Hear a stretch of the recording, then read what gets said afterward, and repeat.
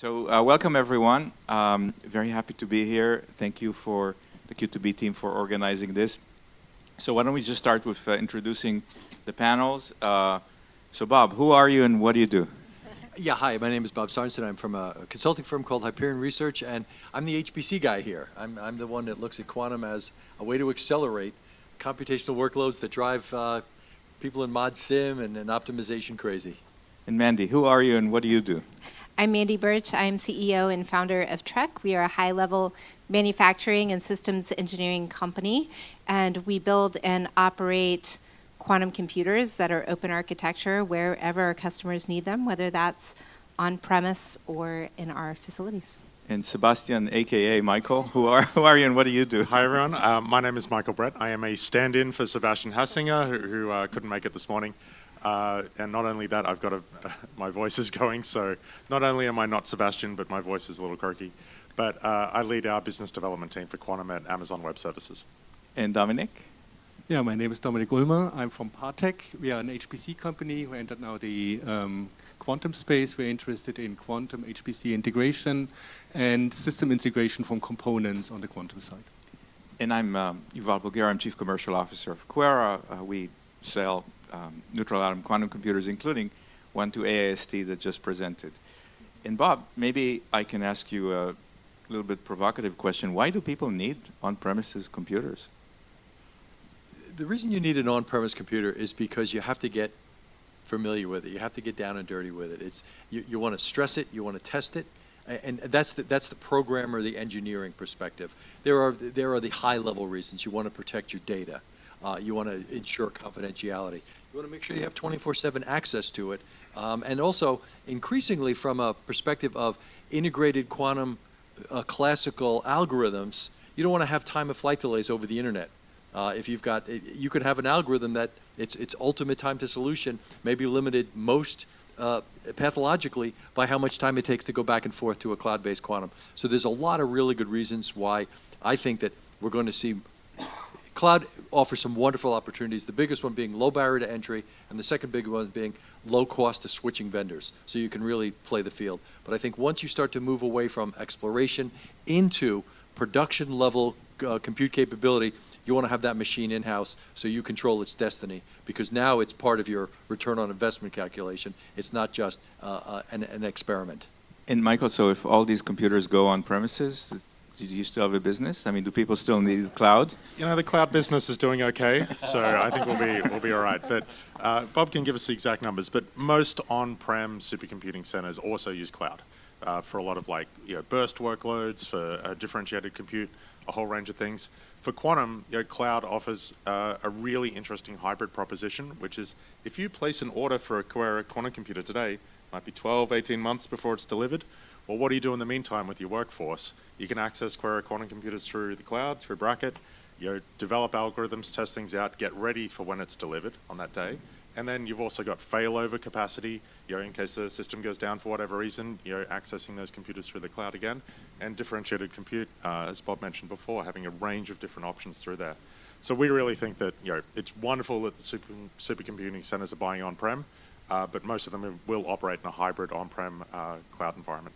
So Yuval, count how many times I interrupt you today.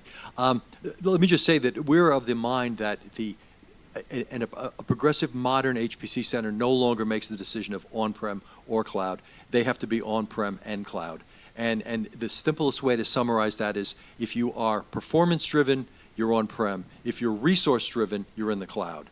Cloud offers the ability to access new technology in a fast way, to deal with varying workloads, a pay-as-you-go model versus an annual budget, and also faster incremental improvements in your overall hardware composition. You're not tied to a 4-year or 5-year procurement cycle. You can get to the technology you need and move on when new technology comes out. So to me, it's really not about on-prem versus cloud. It's on-prem and cloud, and what it takes to get there is the big problem. So today, I think the number of on-prem quantum computers that have been installed is, let's say, fewer than 100, easily fewer than 100, and GQI can probably tell you the exact numbers. So, Mandy, given that this is an early stage industry and a lot of vendors are going to be probably installing their computers for the very first time, what do you see as the needs for companies like yours to do support and help with the installation? Well, I'll say in a nutshell, the need for on-premise systems right now is all about quantum readiness, and there's a lot of dimensions from that. It could be for economic development purposes, in a local entity wants, or a national entity wants to make sure that everyone knows that they're in this game, and they want to start having workforce development and other opportunities to have hands-on capability. There's a need for reference systems to be able to, if you're a developer of quantum computers, you may have a particular component, or you're working on a processor or a control system, and there's a huge opportunity cost to take time out to actually build a working system that you can then use as a test bed for your components. So there's a whole market for that as well. And then there's just a need for dedicated assets. You're trying to do something deeper in the stack. You need more access. You need to do your development work in a much more hands-on way, and that can even be at the software level. So we don't necessarily see ourselves competing with companies that offer on-premise solutions. We offer a differentiated model in that we are building systems from the components and subsystems and processors that are available on the market. So we offer a much more flexible approach where you can have bespoke hardware. It's capital efficient because we know the technology is moving very quickly, maturing very quickly. And if you make an investment in a quantum computer, your average or your median price was $12.5 million. We've seen sales of above $100 million on some of these systems. So knowing that you can make an investment in components that can be reused, you can upgrade, you can extend to additional types of processors is why we're seeing that people want to have on-prem computers today. There's many other applications that are much more appropriate on the cloud. And on the commercial side, one interesting thing is aligned with the GPU shortage. Many of the commercial entities that are looking at on-prem systems right now are thinking about repatriation of hardware. Do cloud economics make sense with the volume of compute required for AI and ML? So as they're thinking about reorchestrating their own strategy around computing, they're thinking, we want to set the foundation to have the infrastructure to be able to incorporate quantum when it's ready. Dominik, I think that a lot of on-prem installations are installed side by side with a classical high-performance computer. I mean, we just heard about AIST that is going to have an IBM computer and a QuEra computer, but then they also installed, I think it's called ABC-IQ, which is a 2000 GPU supercomputer. What are you seeing from the software requirements? Do these worlds need to talk to each other, and how does that work? Well, they have to talk to each other not only from a software perspective. So yes, as you said, our primary customer base are HPC centers. They care about performance, which means they have to fully understand and control the system in order to achieve performance. So that's why they want to have on-premise systems. And there it's mainly about, they see the quantum computer as an accelerator. So the accelerator means that it has to be fully integrated, it has to be managed by the normal digital infrastructure they have built, you know, Slurm, workload manager, things like that.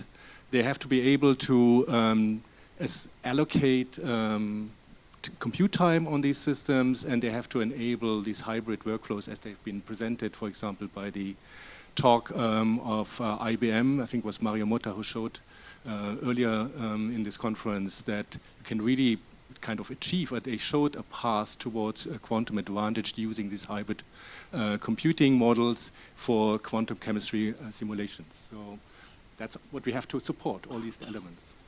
Michael, I'm curious, when people install on-prem computers, excuse me, they need billing, they need to allocate the resources to the users, they need to authenticate both their internal users and external users.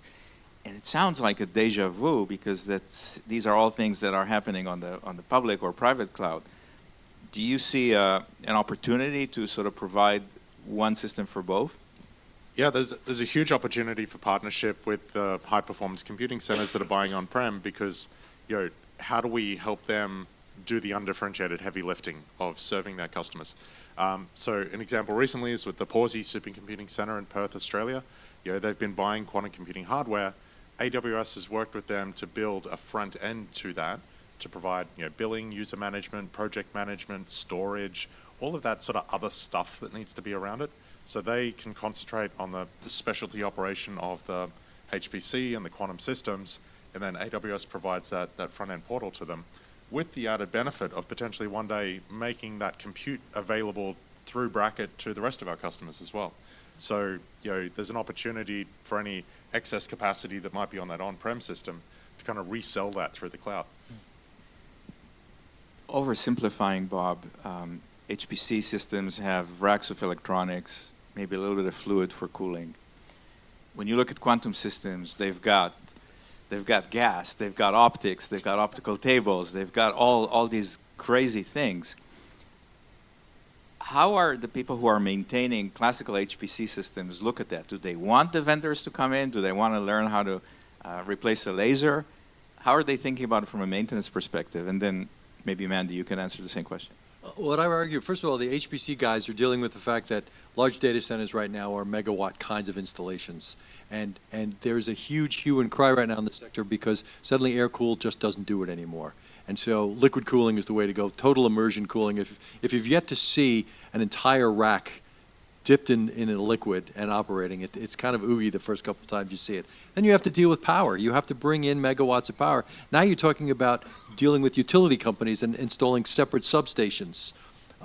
If I bring in a quantum computer and I say, yeah, this thing runs at 20 kilowatts, they're going to look at you and go, no, that's 3 orders of magnitude less than what we were expecting.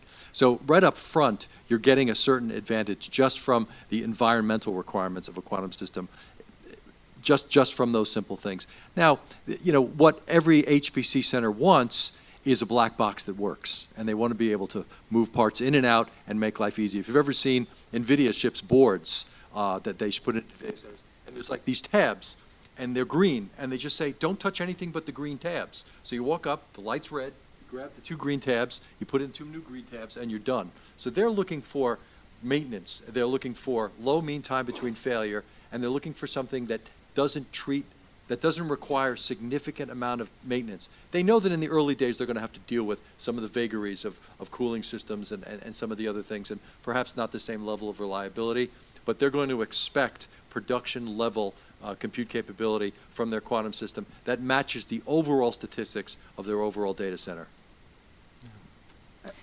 So I think quantum computers don't really fit in data centers very well today. And it may be a long time before they do. And Dominik, you may be in a better position to answer this question than me. But right now what we foresee is that it might be more appropriate to have quantum clusters adjacent to data centers because the needs for operating a quantum computer, they're extremely fragile, particularly if you want to have any performance out of it. I mean, you can bring up a system, but if you actually want to use it for something and have it perform it, there's ongoing maintenance that you have to do to make this work. And there's all the other subcomponents, gases, dilution refrigerators that don't exist in data centers. So I think some data centers are dipping their toe in this, but for me, in the interim, it makes more sense to have these clustered together where you have, I mean, we're going to need a whole new workforce of technicians to be able to, we're going to figure out how to make it more efficient. But right now, it's very intellectually intensive to troubleshoot and to figure out what needs to be done to operate the system. Actually, I agree with Mandy, but we recently saw now procurements coming out where, for example, UHPC in Europe, they attached SLAs to their quantum computer. So now suddenly you have to guarantee certain uptimes and so on and so forth. And we are back basically probably to the situation like in the 1980s when you bought a Cray system, you got 2 engineers, and they simply sat there together with the machine. Probably the only way we can handle that situation. So, sorry, Yuval, just to jump in and build on that. At some point, AWS will be one of the biggest buyers of quantum computers in the world, and quantum computers will go into AWS data centers eventually. But it's a really long road between now and then. Like the idea of putting in these fragile systems into a fully fledged AWS data center, that's a big lift, and we need to have kind of a halfway point along the way. So special purpose quantum data center facilities that can be specialists at owning and operating and provisioning quantum computers that we can then connect into and provide those SLAs and uptimes. That's a really compelling value proposition for us as kind of like the first step in the journey to eventually integrating them into full data centers.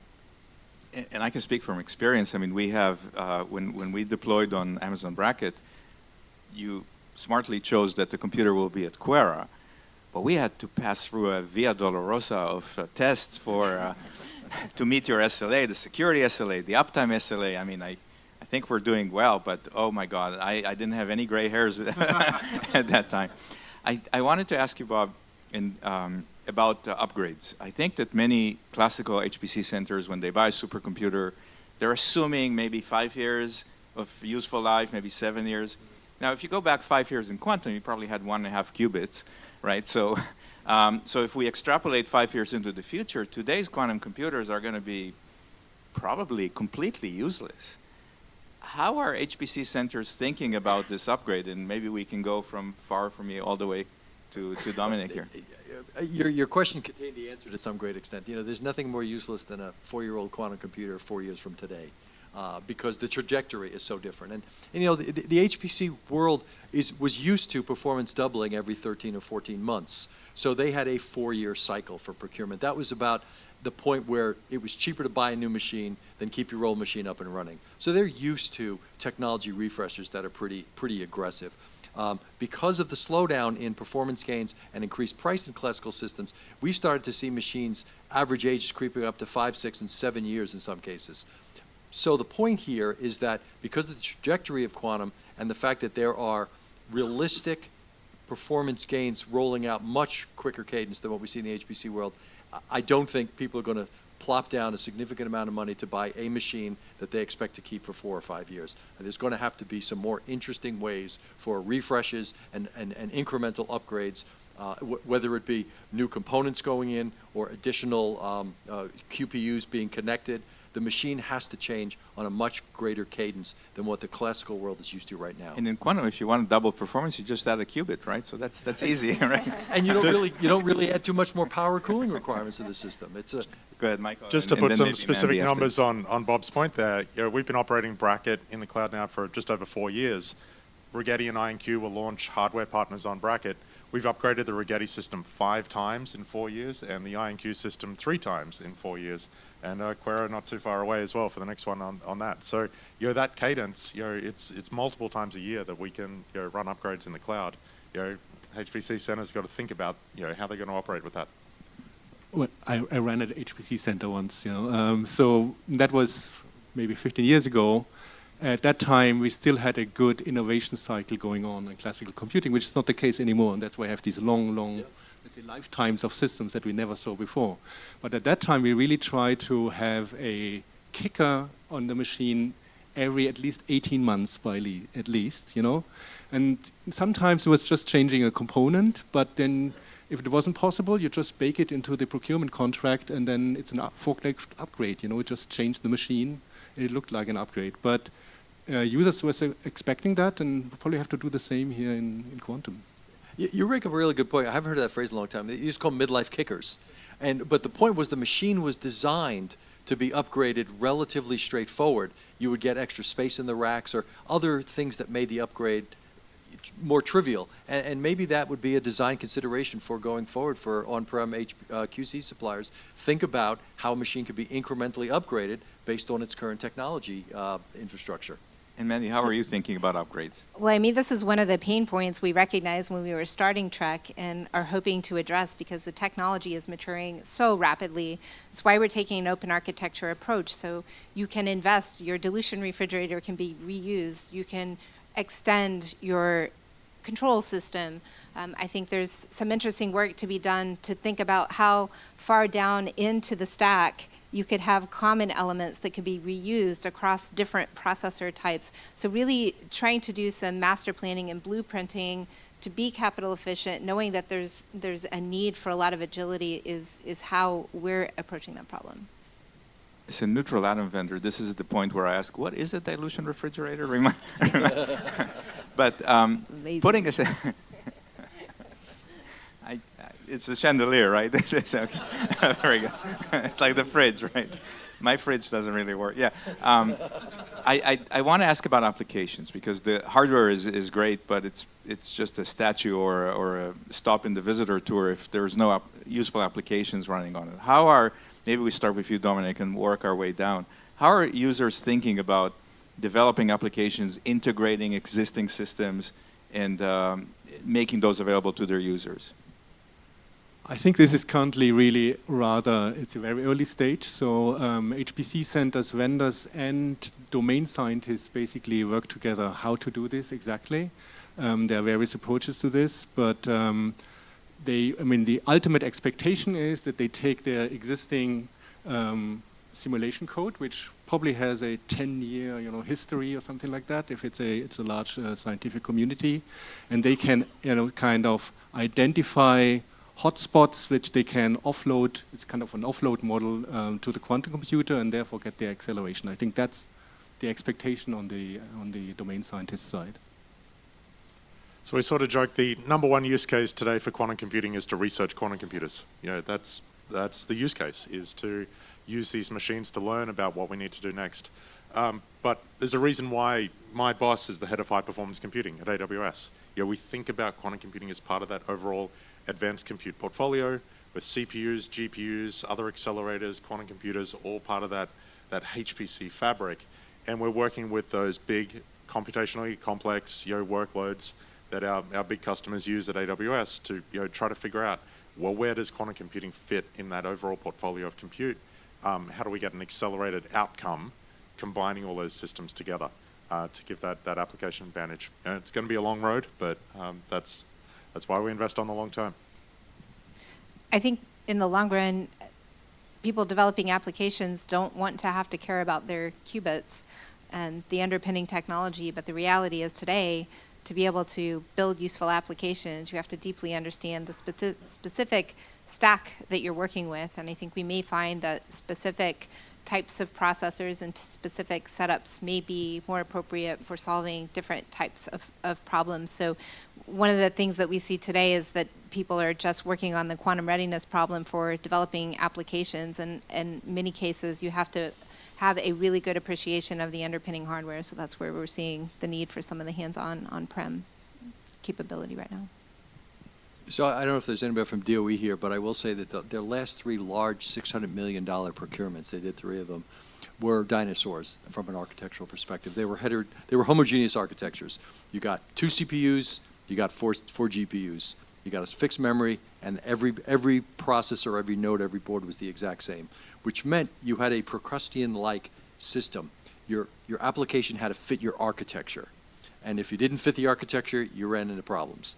What we're seeing now is a trend towards the other way, where the workload, the applications drive the architecture. So if I need a certain class of GPUs, if I need a hybrid quantum classical system, I have an integrated HPC that the workload can tap into. And that's why I think we're going to see lots more application development that looks at GPUs, QPUs, CPUs as an integrated theme. So the workload says, this is where I'm going to run best for this particular aspect, and I can seamlessly move from one partition of a system to another. Dominik, I hope I didn't steal any of your thunder there, but you guys are kind of leading the charge in that in some of the programs you're working on. I think that's a kind of a function of the maturity of the technology. So I think HPC users, in particular supercomputing users, are used to, with early technology, to program very close to the hardware and kind of in a hardware-aware fashion.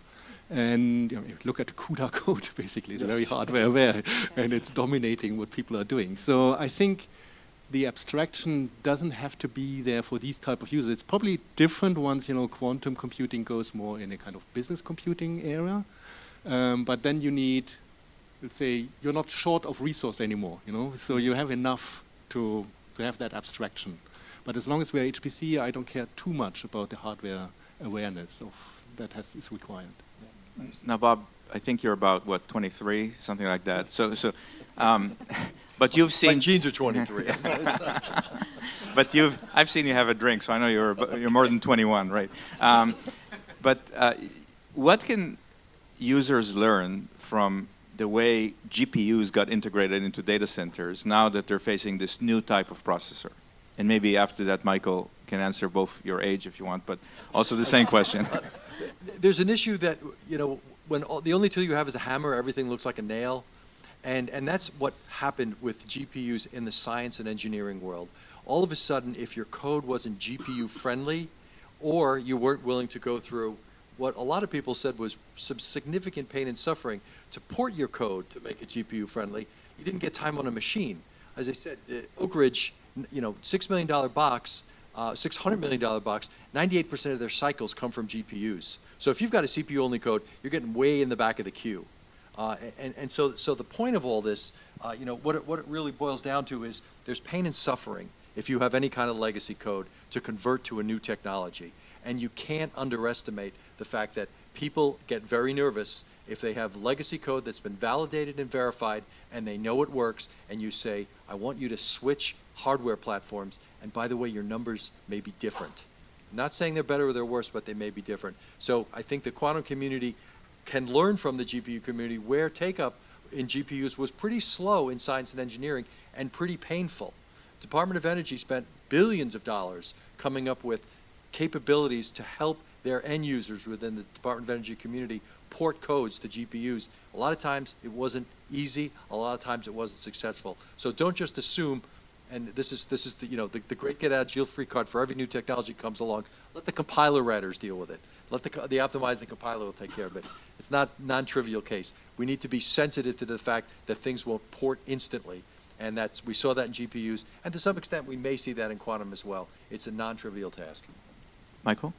I think one of the big lessons to be learned is what it's like to run workloads in a supply-constrained environment. So the minute quantum computers become commercially useful, we'll switch kind of modes into this supply-constrained environment where we won't be able to buy enough quantum computers. It doesn't matter how big QuEra is, you're not going to be able to deliver enough to us to meet that demand. And so what does that mean for the end user? Well, they need to be thinking agile about where their computer's done, data sovereignty policies, how their compute fabric is run, what kind of options they've got to trade off different regions against each other, and to have that agility to move workloads around depending on where the supply of that computer is coming from. There's a lot of lessons that have been learned out of the GPU era in supply constraint. Just try to get a H100 on AWS today. It's kind of challenging. Well, you ain't seen nothing yet until quantum happens. My recommendation is just put your order in so you can get to the top of the Just queue. get ahead of right? that? Yeah, okay. But, Mandy, I wanted to ask you, you've been at Rigetti before this company, and so you've seen the progression of quantum computers and the difficulty or ease to maintain them. What has changed? What are you seeing today that's better, and what have you learned from this journey? Well, our hypothesis is that the quantum computing industry is going to evolve much like the high-performance computing companies evolved back in the day. So what enabled that was the existence of a supply chain, and we're starting to see that emerge. When I was at Rigetti, we had to be completely vertically integrated, just as Cray had to be, because there was no supply chain, and we had low volume needs. So even getting a supplier to respond in a timely manner to what we needed was a real challenge, and then quality control of what we did get, it was just incredibly difficult to just get the parts you need to do that. Well, we have several hundred companies in the quantum computing supply chain now. I wouldn't say that we have a functioning supply chain yet. I think it has to evolve a lot. But what we are seeing is a ton of innovation at very specific levels. And I think it's going to be levels of the stack. I think it's going to be increasingly difficult for completely vertically integrated companies to be agile enough to take advantage of all of the emerging capability happening at the component and subsystem level. So that's what we're hoping to capitalize on by working across the industry with the supply chain. There's no standards yet, so there's a ton of systems engineering work to even be able to draw from the existing supply chain to make these work. But I think it makes the industry as a whole more agile in the long run and able to develop more rapidly with all of the specialized capability being brought together. And I wanted just to follow up on that with you, Mandy. So if a quantum computing vendor sells, say, 10 systems, one to Japan, one to the UK, one to Germany, one to the Middle East, and so on and so on, do you see them opening 10 regional offices with 4 or 5 people in each location, or is there a better way? Well, I think in the early days, that's probably going to be the case. I mean, operating a quantum computer today is not like the early days of vacuum tubes and something goes wrong and someone's in there hands-on trying to figure out where the moth was, where the bug in the computer was, and replace the vacuum tube. I think quantum computers are at that level of maturity right now, so I think that there is quite a bit of on-prem capability and support needed, maybe regionally versus actually at the location. I think there'll be a lot of innovation in the automation that can help that happen, but I think we're still quite the early days of that. And I think it's why you don't see more vendors providing on-prem, because it's incredibly taxing with the amount of development work that still has to be done in this industry to go operate and deploy these. That's a lot of work. The technical team at QuEra is about 30 times the size of the commercial team, and the reason is that they have to keep the promises that we make, right? So, Dominik, what have you learned in the last 6 to 12 months that perhaps you didn't know prior to that about this market? And then, Michael, maybe I can ask you the same question. Well, I was surprised how many on-premise deployments are out there. I mean, I was expecting just a couple or so going on, and there's quite a lot of interest. There are now players coming into the market, or customers coming into the market, who have been detached from quantum research and so on. So that's very promising. It's also very challenging, as we discussed today. On the service side, you see now, if you have a kind of function, every system requires 2 or 3 engineers nearby, near site. That means you cannot achieve any economies of scale. So I think we'll have, on the business side, we have to work a lot to make this happen somehow. You will also not open an office in every country where you deploy systems, sometimes simply too complicated. Even when I was at QuEra, we would not do that sometimes, and then work with partners because the local conditions are simply too complicated. So I think it's not just a technical challenge, it's mainly a business challenge that is ahead of us. Michael? I think the big surprise is, we're learning just how much we don't know about the expertise required to operate quantum computing data centers with different types of quantum computer next to each other. At the supercomputing conference a few weeks ago in Atlanta, Laura Schultz from LRZ in Germany gave a really great presentation about what they've learned operating a superconducting computer next to an ion trap computer. Hadn't been done before. Why would it? You've got 2 different companies and 2 different flavors of quantum computer, and it turns out they interact with each other, and that there are things that we need to learn as an industry about what operating different flavors of quantum compute next to each other, that will affect performance of each one.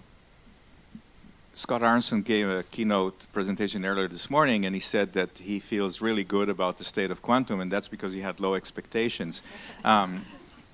So why don't I ask you guys, maybe from Bob closer to me, how do you feel about the state of the quantum computing market, and why? Quantum computing guys, they like to hear about a technology, and 6 months later they like to have it on site, and 6 months later it's in production, and 6 months later they're looking for the next big thing. And so my big question I get from a lot of people is, what are you waiting for? Let's get going. So to me, I wish the last 5 or 6 years that all happened below the radar, that all of this interesting work had been done and people weren't rushing to announce new technology developments that from an end user perspective, quite frankly, are meaningless. When someone says, okay, this new qubit count with this new logical bit capability came out, how can this speed up my particular job? And I go, well, there's about 8 different steps in between those 2 things. So to me, the big thing is manage expectations, and what I'd like to say to the vendors is, don't fight amongst yourselves, because what you're doing is you're confusing your potential end users more than you're helping yourself. And so come up with a clear, comprehensive message. I was talking to Worley last night, and we were keeping track of how many times we hear the phrase, our company is the world leader in, and then there's always something. We have the largest qubit counts on Tuesdays, or we have the most people whose last name begins with the letter S. And it goes on and on and on. And all it does is confuses your end users. And that's not the way to generate continued interest in a technology. That's going to take a little longer to unfold than I can use it in 6 months. I was on a panel earlier this week, and it was said that congratulations to Google and your PR team for the recent achievement, right? Mandy, how about you? I'm excited to see the emergence of a supply chain. It's not functioning yet, but it's getting there. And the opportunity to have business models where we can actually make a profit. And I think it takes some focus on exactly what's needed right now in from my perspective, it's a quantum readiness market. But if we can serve the quantum readiness market well, when the technology in flux and is actually valuable to businesses, then we'll be in a good position to be able to serve that need as well. So really excited that we're transitioning a bit from the more research-oriented companies to the more practical fill a business need models. Michael? There's every reason to be optimistic. Investment in quantum computing, from public sector and private sector sources, over the long term continues to go up, and the amount of human capital that's coming into it, the intellectual effort that's solving some of these big problems continues to increase. There's shiny objects out there with generative AI, but young professionals are choosing to look at quantum computing as an area they want to make an impact. So we'll solve these problems. It's a long-term game, though. Just to Bob's point, as I said, we are now approaching customers who are not quantum physicists and so on and so forth. And then we have to be way more careful also with the language and the expectations that we create with with the language. So if I just look at the motto of this conference, production quantum computing, production HPC is the hardest discipline, and out of these hundreds of HPC companies out there, maybe only a handful can do production HPC, which would be, for example, a weather center that has an SLA with the government that they produce every hour, 20 minutes after the hour, for 10 minutes they compute, and then they produce their result every day, 365 days a year. With a technology that's currently dependent on where the moon sits, how quickly it performs, I'm not so sure whether we should talk about production quantum computing. And this is just an example. We have to be way more careful what people understand when you use certain terminology. If I may answer my own question, based on what we see at QuEra, the scientific developments, the excitement of the market, and so on, I mean, I do believe that the future is closer than most people think, but we'll see if I'm correct. Do we have time for a question from the audience? So 2 questions, maybe? Okay. All right. Who's got the first one? All right. So in case, I will ask the last question in a hypothetical. So if you could have dinner with one of the quantum greats, dead or alive, who would that be, Bob? One of the quantum greats. Max Planck. Okay. Mandy? Einstein. I guess Feynman. There you go. Actually, I already had once the privilege to work for a few months together with a Nobel Prize winner in physics. That was Heini Rohrer, who invented the raster tunnel microscope, and I was working with him on a project in the south of Switzerland for several months. We were jumping every second week on a train, 3 hours to Lugano, sitting there together. Then in the evening, back 3 hours, and I had really, I would say, the most inspiring conversation with Heini back at the time. I wouldn't sit here today without these conversations. So I would say it's not important who I meet. It's more important that one of the younger people here meets somebody like this. And just to wrap this up, we spoke about Scott Aronson. Last year I had a chance to speak with Professor Preskill about this question. And I said, well, about 50% of the people I ask say Richard Feynman. And he says, oh, no, I have plenty of dinners with Feynman. Must be nice. Yeah. Must be nice. And then he said, actually, I would love to have one more to see how it's going. So thank you very much. Thank you, the panelists.